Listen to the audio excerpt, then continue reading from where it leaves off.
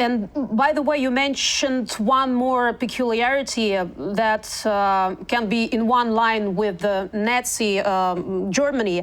It's the thing that is very good historical parallel. It's dedicated to the cruelty towards the civilian population. So in your opinion, is this a direct influence, especially of propaganda during all these years before the start of full-scale invasion to Ukraine, or it's still a complex of circumstances that are maybe compatible with the current effects of Russian propaganda and its goals that it was in previous century and for now? Because we have a huge difference in an informational environment and field. So in the previous century, they had only the opportunity of newspaper and maybe radio to spread the propaganda. But now we live in the informational environment, but still people like blind and deaf just sitting like a zombie at the television and listen whatever the propagandist says. So is that the complex problem, or it's still Goebbels propaganda that works through the centuries? Well, in the case of, again, keep in mind that every authoritarian regime, every fascist regime has to employ propaganda. Is just part and parcel of the very essence of these regimes, for the very simple reason that they're always manipulating their populations. Since these regimes are generally ineffective politically and economically, or at least in the long run, they need to be able to brainwash the population, and they need to be able to coerce the population. So it's not surprising that they engage in political repression, assassinations, concentration camps, prisons.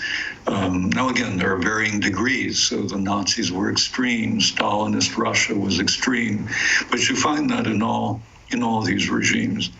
In terms of the propaganda, obviously, again, there's a continuity in the sense that whether it was Goebbels or whether it was Mussolini or whether it was Stalin, Brezhnev, or Putin, propaganda was essential to the maintenance of these regimes because you have to be able to manipulate people, but at the same time, keep in mind that these regimes always have some kind of transformational goal.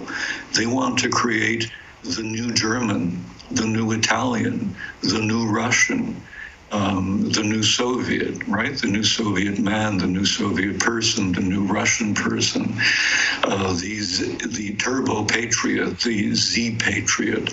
These are always the goals of these sorts of regimes. I mean, they want, on the one hand, simply to stay in power, but at the same time, they realize that in order to stay in power and to succeed, they need to change the mentality of their populations. So, in that sense, they try to control whatever key media that influence the people.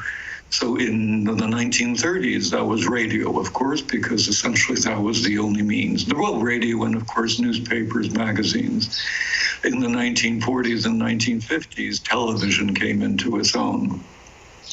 And as you can see, it's still very important. Certainly the majority of the population in the Russian Federation gets its news from official television stations. But at the same time, thanks to the internet, there are these alternative media. But it's precisely because of the fact that the internet is in principle it's difficult to control. It comes from everywhere. On the other hand, it can be limited. It can be controlled. The Chinese regime does a very effective job of doing that. Putin tries to do the same thing. But at the same time, is he succeeding? And this is a very interesting question because, as you know, the popularity ratings of the key Russian propagandists like Solovyov, Skabyev, Simonyan appear to be declining significantly. So people seem to be getting tired of this kind of propaganda. At the same time, Russians seem to be more interested and willing to listen to the internet.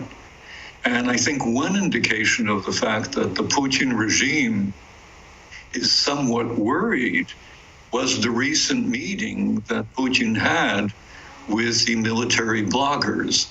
And these are people who have no particular status within Russian society. Many of them are simply working on the internet on the basis of their own initiative. And yet Putin devotes a substantial amount of time to an extended meeting with these people who have no official standing. And I think that's the recognition of the fact that he appreciates that the internet is becoming increasingly important and that his regime is not doing quite an adequate job in controlling it.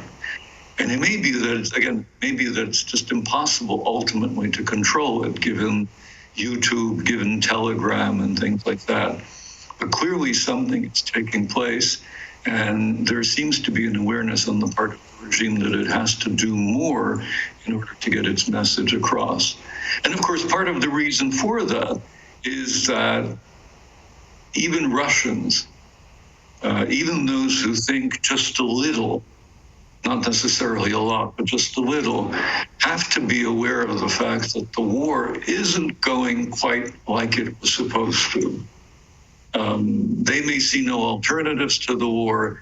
They may see no alternatives to Putin, but some of them increasingly have to be aware of the fact that the war, which was supposed to take 3 days, is now taking 16, 17 months. Well, something is wrong with the picture. Something is wrong with the official propaganda line. But they or at least what they actually try to find the explanation each time that the answer is appearing in the audience, why it's so long time it takes this operation.